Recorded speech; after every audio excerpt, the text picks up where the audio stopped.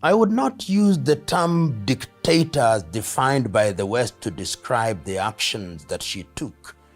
I do not know what justified the interruption of social media forum, but I know that in other countries, including Tanzania, which is what happened, that people shut down social media in order to eliminate or reduce the possibility of copycat activities. Because history has demonstrated that sometimes violence is replicated through copycat activities, so that if there are demonstrations in one place, the others say, oh, people are demonstrating and we are not demonstrating. I think that must have been the motivation, well-intentioned. But of course, when things go awry, even the things that are done with the best intentions and the best motives will now be interpreted to mean that you simply don't want to be criticized. And that is what will carry the day, your explanation to the contrary notwithstanding. And there are those who also are saying that the reason why Samia is receiving the flack that she is receiving is because she is a woman. I don't think so. I think she just happens to be a woman, but she's being criticized or being critiqued because she's in a position of leadership. And I'm one of those fellows who believe that once you are in a position of leadership, whether man or woman, you must never wave the flag of gender as a basis for immunizing yourself from scrutiny. Because leadership is gender neutral. So when you get in there, you've got to be prepared for both praise and criticism. The Kenyan-Tanzanian political relationship is one that is defined by different things, but the ideal situation is that we cannot avoid each other, and it's not even ideal. I think it is practical. So those practical realities will always be with us. Remember that we are part of the East African community, talking about integration, talk about the relationship in terms of trade between Kenya and Tanzania. Remember that Tanzania is the headquarters of the East African community. Remember that there are very many Kenyan traders in Tanzania and vice versa. So that relationship will always have its problems, but in the ultimate, I hold the view that we cannot avoid each other, particularly knowing as we do that we have a long history, and the people-to-people relationship is perhaps much stronger and much more important than the political relationship. And that is why perhaps during the events on 29, some Kenyans thought that they owed Tanzanians a duty to go and support them in what they were engaged in. But they should have known that when you want to help a neighbor, it is the neighbor who must define how they want to be helped. You don't imagine that you know what the neighbor wants and what the neighbor needs. And in this regard, there are diplomatic channels to be used. But of course, when you are talking about crowds which are excited and excitable, then people just cross the border which is not fenced, and they find themselves in such situations. But I believe that we owe Tanzania a duty, even if it is in terms of negotiations or bringing the political combatants together. Kenya can midwife that process, particularly now when Kenya holds the chair. Kenya holds both the chair and the Secretariat of the East African Community. So the duty of Kenya and the role of Kenya is even defined by the current leadership of the East African Community. And I hope that we'll play that role in a positive manner without being arrogant about it. Young people are yearning for something across the continent of Africa, not just in East Africa. Young people are yearning for governments that are responsive to their needs. Young people are yearning about governments that are going to create an environment where they have the ability to move from one country to the other.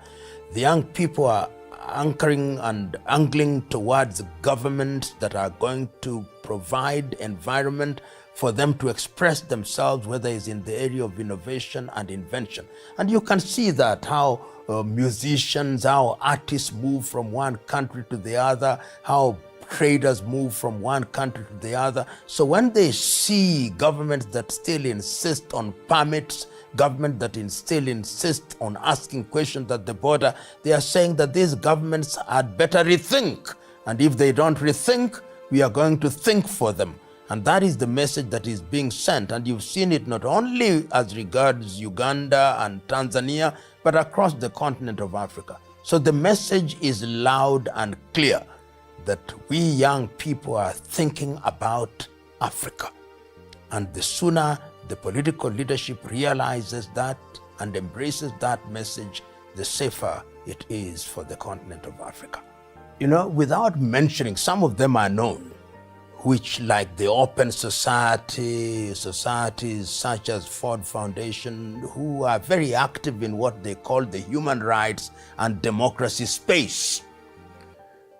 The reality is that Africans don't need their money. Bill and Melinda Gates Foundation, all these, we don't need their money. They come to Africa and they want to interfere in the affairs of African countries, and they are raising Africans sometimes to fight against Africans. The sooner we get rid of their money, the safer we are. Remember the old saying, he or she who pays the piper calls the tunes. And it annoys me many times when I see a little Western NGO talking at our African governments, disrespecting our African governments. But we are to blame. We are to blame because we create an environment where a Western NGO finance things that ought to be financed by our taxpayers' money. And what do our political leaders do? They are just stealing the money that ought to be used in these areas. So I pray and hope that one day we'll realize that as long as you don't fund your affairs, you'll always be dictated to. So let us create an environment where we in Africa fund the things that we do.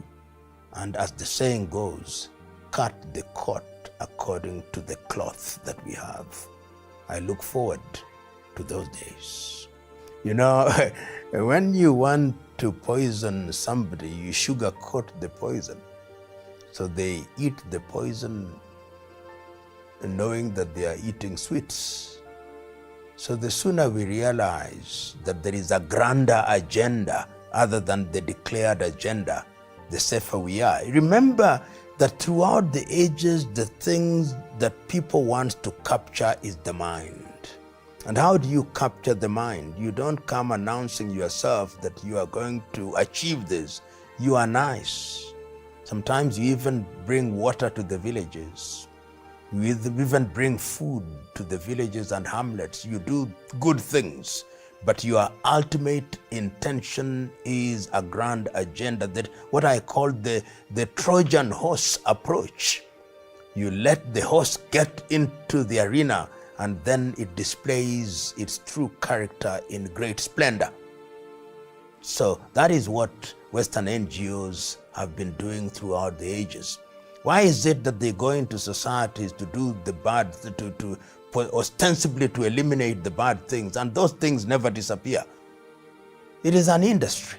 There is something that can be called an NGO industry, whose agenda is never to solve any problem, but to make them change their character and shape so they can retain their jobs and their agenda.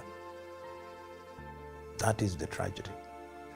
There is some lesson to be drawn that Africa must rethink how we govern ourselves.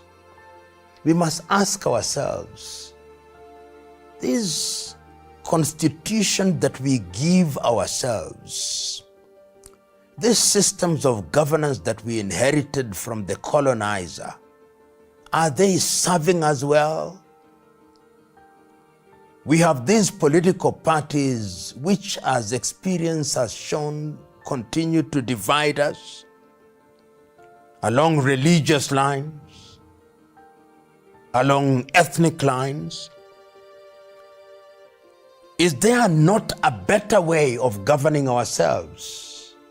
And one is not saying that we go back to our traditional system, because our societies are not even traditional after Berlin.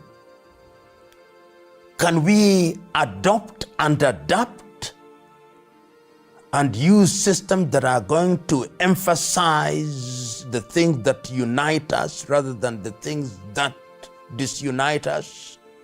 This is the time. It is the time not only out of the experience in Tanzania, it is the time out of the experience that we have seen even in countries such as Kenya, the experience that we have seen in countries such as Sudan, the experience that we have seen in countries such as Southern Sudan, in Cameroon, in Nigeria, in La Côte d'Ivoire, in Senegal. Africa must rethink governance. I personally am thinking about it. I've not found the answer as yet, but there is something that I know, that every time in most African countries after an election, the countries are under the threat of disintegration. So that elections are not things that we look forward to because they expose countries to disintegration. They are things that inject fear in countries. Ugandans are going into election, they are fearful. Kenyans are going into election in the year 2027, we are fearful. How can it be that that which is meant to help us determine those who are going to serve us only creates fear? My view is that what has happened in Tanzania ought not to have happened.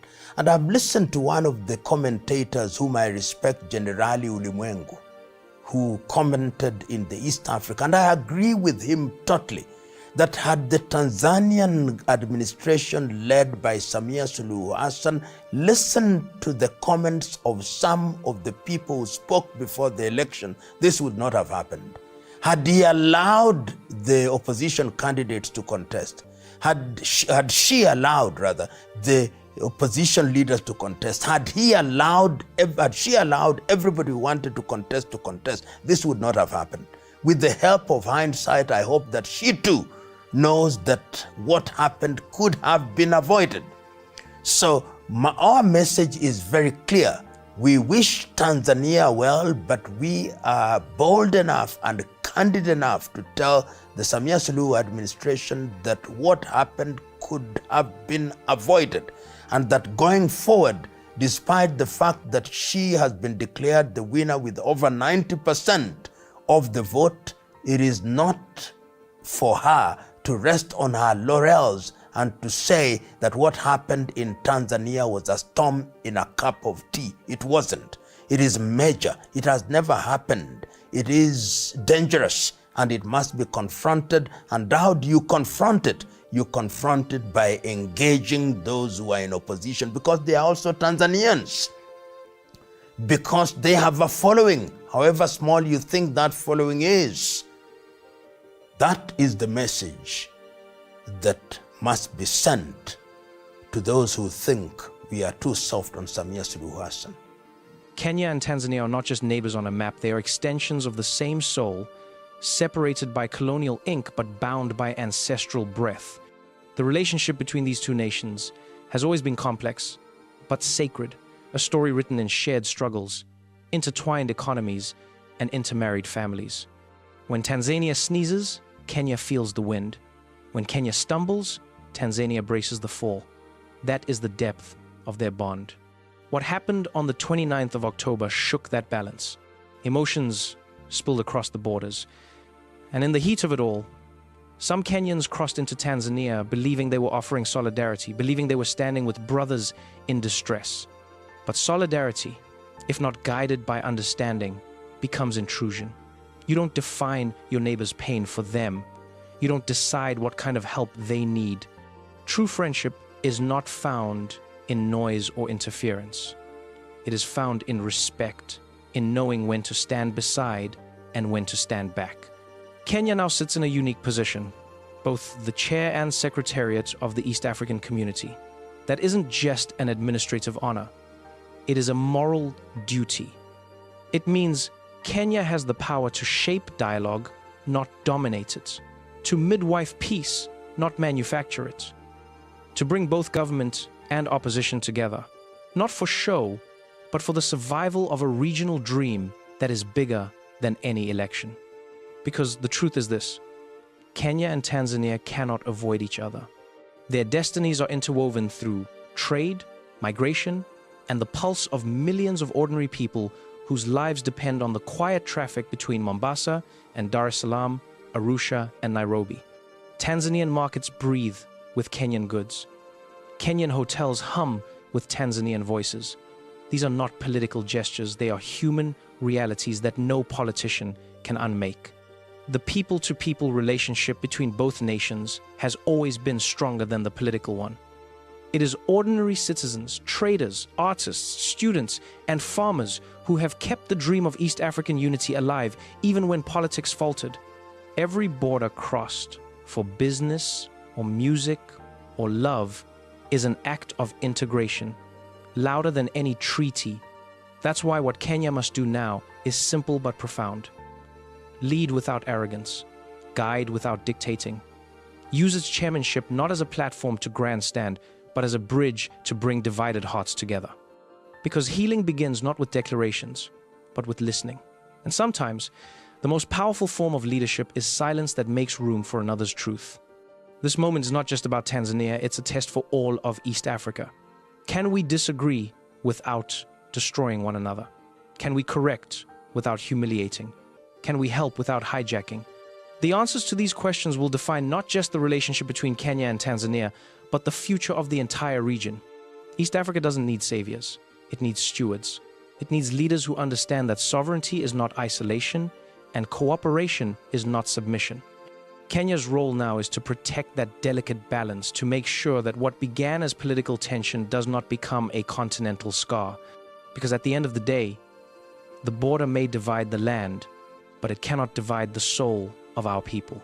We eat the same food, dance to the same drums, and dream of the same sunrise, a united East Africa that stands tall, sovereign, and self-defined.